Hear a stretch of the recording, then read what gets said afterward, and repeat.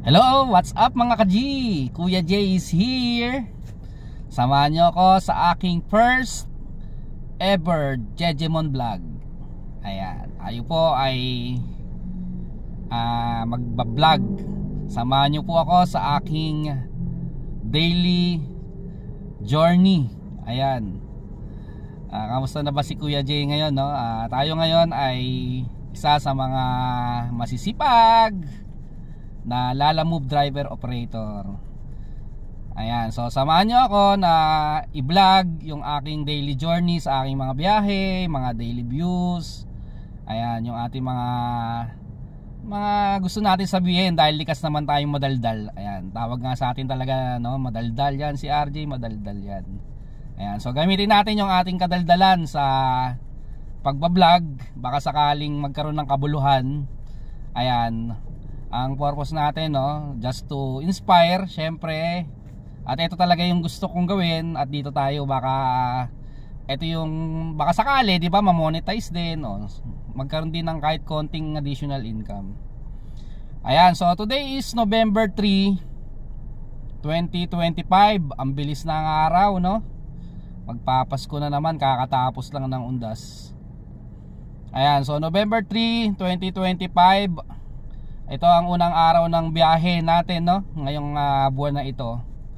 Ayan, at samahan nyo ako kung ano ba yung nangyayari o nagaganap, no, sa araw-araw natin magmula umaga. Ayan, so 7 in the morning, umalis na tayo sa ating bahay sa Tansa, Cavite.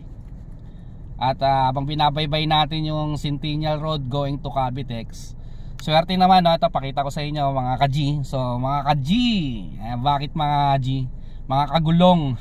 Kaso may mga gumagamit na nung mga kagulong. So mga ka-G, no. Ayan, may nakuha tayong booking kanina. So pakita ko sa inyo yung booking. Eto siya. Ayan, meron tayong nakuha booking kanina. Ito, Angeles, Pampanga, no. From General Trias to Angeles, Pampanga. Actually, maliit lang yan. So, not bad. 1,949 plus yung toll nyan is 805. Ayan. So, actually, hindi updated yung toll ng Kawit kasi nag-increase na yung Kawit, yung Cavitex. So, from Kawit, Cavite to, lagay na natin Dao. Kahit Angeles exit lang naman pwede. Ayan. So etong ginagamit kong appstoll.ph para makita natin kung magkano ba yung toll na kailangan bayaran ng mga client, no? Actually, i-reveal ko sa inyo yung secret paano tayo kumikita dito. Ayan. So 805 plus 1,949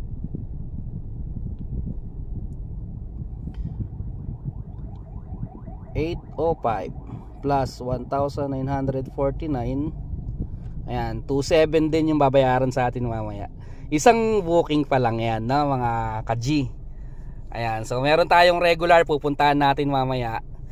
So ito yung first part ng aking video vlog. So wala pa tayong editor, no. Kung may kakilala kayong pwedeng mag-edit ng ating mga i-video, mas maganda. At meron akong ginawa before na YouTube channel. Naka-ano na yon, naka-register na yon sa sa YouTube, sa Google Lens. Yung actually yung pwede kang mag-monetize. Tagal na yon pero hindi naman ako nag-upload ng video. Pero na yon, na ako ng mga bank details, etc. So try natin kung may kakaantungan itong ating journey, no. Ayan, so sa ating everyday biyahe, ayan, kagaya ngayon, so from Cavite papunta tayo ngayon ng Angeles.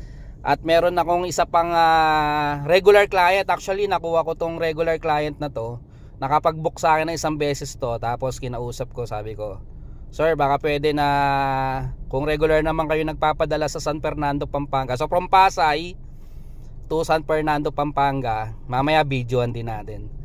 Ayan, so regular sila thrice a week o 3 beses sa isang linggo kung magpadala sila ng stocks nila.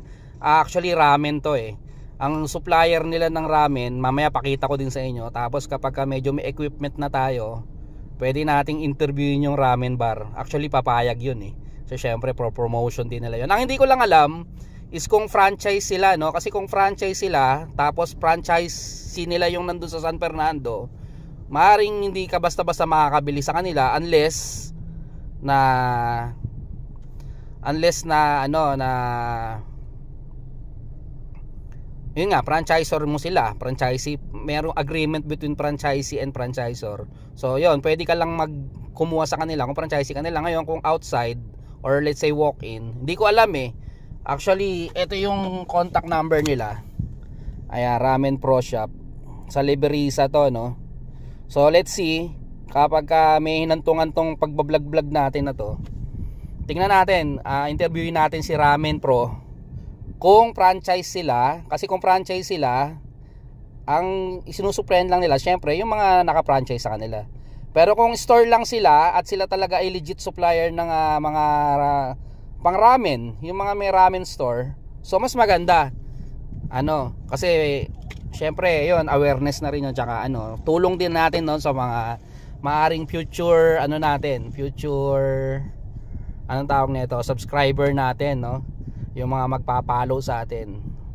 So meron akong isang FB page na gagamitin at saka meron ako YouTube na gagamitin. Doon natin i-upload yung ating mga magiging video. Ayun. So ito yung booking natin ngayon, Angeles General Trias Cavite. So maliit lang yan na box, pakita ko sa inyo mga katropa. Alabas tayo. Nandito ako sa Pasay ngayon. So ito lang yung papunta ng Angeles. Ayan, maliit lang siya. Dito tayo sa Pasay ngayon. Ayan, so tingnan natin. Ang nagiging sistema ko kasi, ayan, syempre layo ng biyahe, di ba? Kung nakapanik na ako at maaga-aga pa naman na nakapanik ka doon sa taas, sa Angeles o sa San Fernando, sa Pampanga, kung maaga-aga ka nakapanik doon at meron na makuwang booking pababa, much better, pero nakakapagod yun. Pero madalas kasi doon na ako natutulog sa taas. Mamaya, ito yung first part ng video natin. Mamaya sa second part, yung habang nagdi-deliver tayo sa Angeles, ipakita natin yun yung saan ako natutulog doon sa Angeles, no. Actually dito lang sa loob ng sasakyan natutulog. Tapos pakita ko sa inyo kung paano yung nagiging sistema. Ayan. So syempre kung dito ka matutulog sa loob ng sasakyan, kailangan may mga equipment ka. So ano ba yung mga dala ko pag alis ko ng Cavite? Ayan, so pakita ko sa inyo. Ayan, meron akong dalawang electric fan na ginagamit para syempre yung carbon monoxide pag natutulog sa sasakyan, nagbi-build up yan. So kailangan meron kang fan. Actually dati nagbubukas pa ako ng aircon pag natutulog, pero ngayon nakadalawang fan na lang ako. I-recharge natin mamaya. I-charge natin mamaya yan. Ayan, so may unan, meron tayong dito bag, may pantalon. Kasi minsan may mga maarting company na kailangan nakapants ka. Actually naka-short ako ngayon. Mas may kumot tayo dyan. May unan. So daily kit natin.